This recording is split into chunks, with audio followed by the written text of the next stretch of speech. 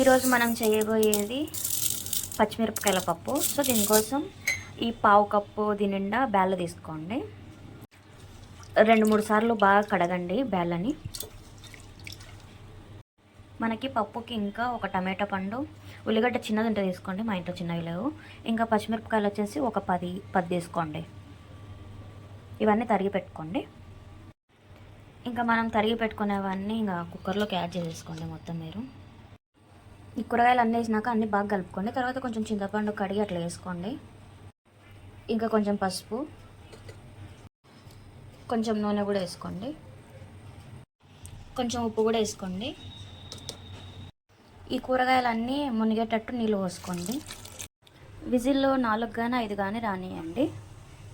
Whistles అన్నీ అయిపోయినాయి. ఇంకా ఫైనల్గా ఇప్పుడు ఎనుపుకోవాలి మనము. మంచిగా ఎనుపుకోండి, నాకు అంత బాగా రాదు. మీరు ఎనిపిన తర్వాత ఉప్పు టేస్ట్ అనిపించకపోతే కొంచెం ఉప్పు వేసుకొని మళ్ళీ ఒకసారి ఎనుపుకోండి. పప్పు చేయడం అయిపోయింది. ఇంకా తిరువాత వేసుకోవాలి. ఫస్ట్ కొన్ని ఎల్లిపాయలు వేసుకొని దాన్ని కొంచెం వేయించుకోండి. కొంచెం కలర్ మారితే ఇంకా తిరువాత కింద యాడ్ చేసుకోండి మీరు. కరివేపాకు కూడా.